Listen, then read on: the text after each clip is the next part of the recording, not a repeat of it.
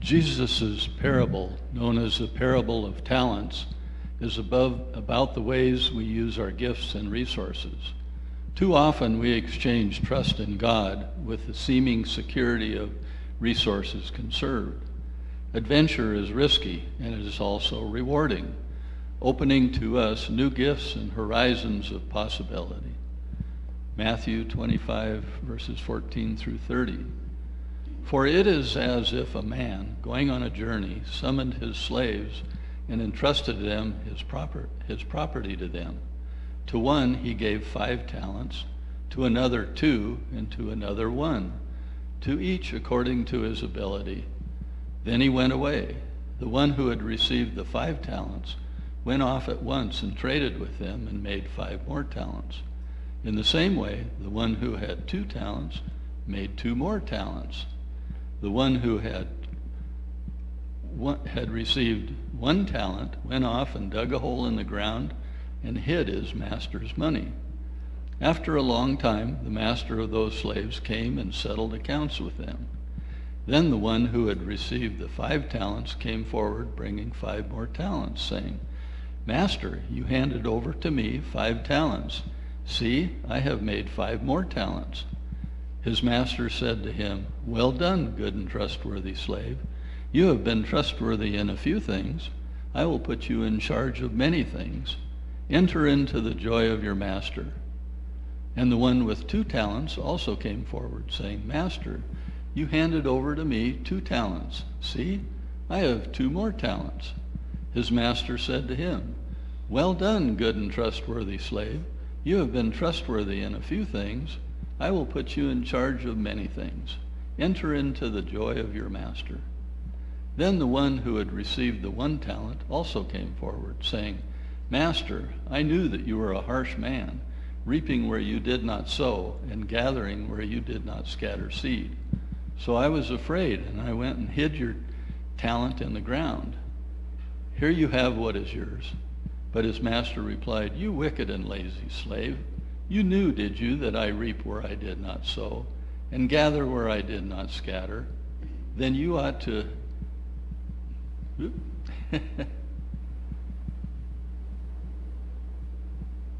I'm sorry. We have time. You should have invested my money with bankers, and on my return I would have received what was my own with interest. So take the talent from him and give it to the one with 10 talents. For to all of those who have, more will be given, and they will have an abundance. But from those who have nothing, even what they have will be taken away. As for this worthless slave, throw him into the darkness where there'll be weeping and gnashing of teeth. This is the word of life. Thanks be to God. Thank you, Dennis. So you got all that, right?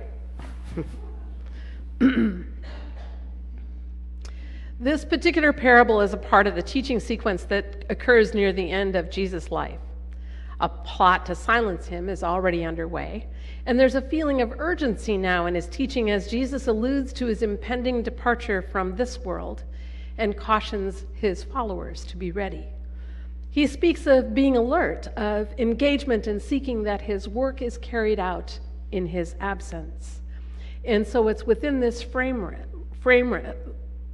see, it's both of us, framework that he tells this parable commonly referred to as the parable of talents. Okay. We're going to go out for coffee after. Yeah. So here's the idea. He's urgently trying to pass on messages and learning to the people, to his followers. He knows what's coming, and they aren't quite on board yet. But he wants to make sure there's enough there that they can continue his work when he's gone, right? So in this parable, Jesus describes a master about to go away on a journey who summons his 3 servants, entrusting each with a portion of his assets. To one servant, the master gives 5 talents, to another 2, and to the 3rd servant, he gives just 1 talent. From here, most commonly, parallels are drawn to using our God-given gifts in the service of God and to take risks for the sake of the kingdom of God. These gifts have been seen to include personal abilities or talents in the everyday sense, as well as personal wealth and finances. The dominant interpretation of this parable is that our waiting for the master's return should be purposeful, not idle, that we're to take action with our talents and not play it safe. So in the context of the parable on a first read, this makes sense. 2 servants are praised for multiplying and growing the talents that were given to them, and the third was chastised for hiding what was given, opting for security over risk, and not trusting himself or the reaction of the master, as we heard the story recounted this morning. But on a reread, I wonder how incredulous those who were there and present must have found this story. Consider this: the talents are handed over from the master to the servants with no instruction or apparent concern. In literal terms, each of the 3 servants in this parable is given at least 1 talent. And you might, in your mind's eye, think, okay, so one's got the equivalent of 5 golden coins and 1 2 and 1 1, right? We tend to think in our terms. But a talent in the day typically weighed about 75 pounds. Its equivalent was worth 15 years worth of wages. So this is no lightweight transaction that's occurring without instruction. By giving each servant 1 or more talents, the master was entrusting each of them with a fortune. Right? So now imagine the first folks that gathered to hear Jesus teach this parable, likely fishermen or herders or peasants, listening to and imagining themselves taking responsibility for 1 talent, let alone 5. I suspect that they would have found it difficult to identify with any other than the third servant. 1 would have been like winning the lotto today, I suppose. And as Jesus tells the parable, the servant given 5 talents invests and doubles his assets, as does the servant who receives 2. Both took significant risks to make that happen. Both were aggressive. And when the master returned, both were praised, given even more responsibility, promoted, and invited to share the joy of the master. And then the third servant comes along, having neither lost nor gained anything, presumably because he was afraid of the master's reaction if he took a risk and lost it. When the master returns and this servant is called upon to give an account of himself, he says with some confidence that he's able to return to the master exactly what was entrusted to him. Yay! Maybe he's expecting that the master will be pleased that he neither squandered nor risked the master's principal investment. Mind you, there were no instructions given. And it's true, there was no great gain achieved and no harm was done, right? So he might feel pretty good about that in the moment. That cautious servant must be assuming that the master will invite him to now join his fellow servants in entering into the joy of the master. But Jesus tells those listening that this sensible, practical, careful, cautious man was treated very harshly by the master. Not only was his single talent taken back from him and given to the other successful investors, but he is unceremoniously thrown into the outer darkness, where there is weeping and gnashing of teeth. Given those consequences, I wonder what would have happened had the first 2 risked but lost the money that they'd been given. The master's response is the same to both of those first 2, no rebuke, and with the third, he makes it clear that anything would have been acceptable had he acted out of trust rather than fear, which leads me to feel that trust is really the crux of this parable. And if we take this into our own lives, what we do with what we are given sits pretty heavily in that space. Our trust in ourselves, our current culture, our government, the banking community, and on, impacts what we do with what we are given, certainly financially. So it's important to be aware of how our perspective skews our response in the now, the present time, and in the whole of our lives. I suspect this impacts what we do with the other talents we are given as well, those that are outside money. So if we return with those thoughts in mind to the parable and look at it through the lens of trust, this is what it looks like. A master who entrusts as much as 75 years' worth of wages to a servant, no questions asked, and leads hard on the one who does nothing. God doesn't value playing it safe, and Jesus never played it safe. The master took great risk and expressed great trust in giving the talents to his servants. The first two were honored by the gesture and responded in kind. The third buried the gift out of fear and missed the trust inherent in the master giving him this talent. So I wonder then, could it be that Jesus' way of declaring to his disciples that if they have the confidence, the courage, the trust in themselves that he has in them, then they can take the wealth of his love, his compassion, his goodness, his righteousness, and they'll take that wealth into the world to let it multiply. Because this is the talent, 75 pounds and to infinity, that we've all been given, right? However lightly or heavily we hold it, we have been left in charge of great wealth, faith, hope, love, and the invitation to trust in all of them, so much so that we will not hoard them and let God take care of everyone else, thank you, but rather share them and steward them. And yet we often hold back, likely falling somewhere between the two that are praised to the fullest in the parable and the one who with every good intention held on to what they were entrusted with. So what might hold us back and put us in the company of the one? Some of us have been told to think that faithfulness and being a good Christian simply amounts to avoiding what is immoral or sinful and heeding all the prohibitions and negative rules like, don't do this, don't do that. But Jesus' teachings generally talk about what to do as opposed to what not to do. Jesus tells us, take my yoke, follow me, ask, seek, knock, feed my sheep, watch and pray. Let your light shine and love one another. Step out on that branch and bounce. And risk flying over failing in the name of the kingdom now and the one to come. Composer Giancarlo Menotti once said, hell begins on the day when God grants us a clear vision of all that we might have achieved, of all the gifts which we have wasted and all that we might have done which we did not do. All these things, and you did nothing. That's the darkness and gnashing of teeth of that third servant.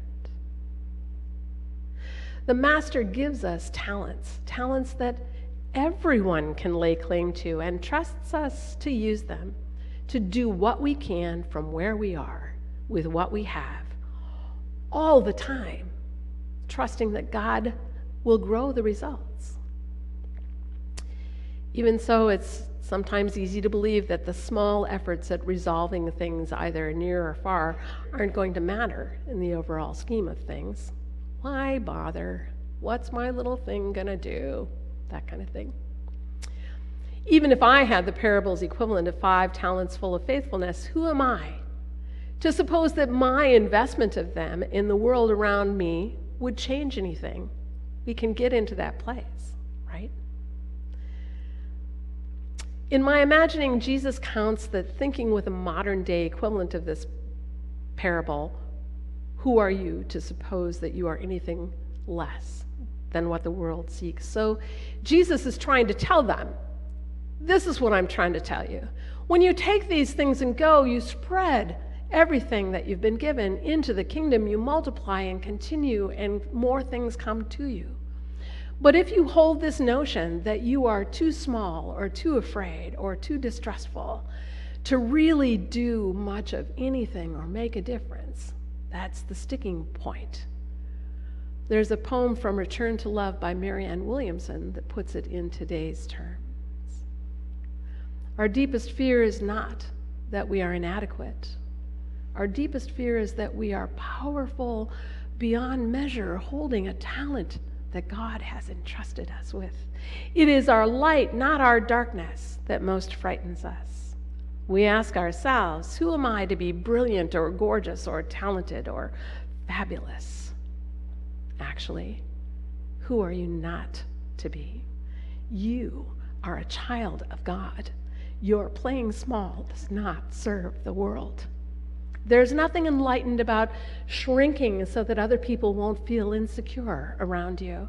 We were born to make manifest the glory of God that is within us. And it's not just in some of us, it's in everyone. As we let our own light shine, we unconsciously give others permission to do the same. And now you're all looking at me going, well, so that's all well and good. Do you have an example? Yes, I do. In 1876, Johanna, a little girl of 10, was placed in an almshouse in Tewksbury, Massachusetts. Johanna's mother had died, and not long after, her abusive father deserted the family. Johanna was wild and ungovernable, and she was nearly blind from a childhood infection.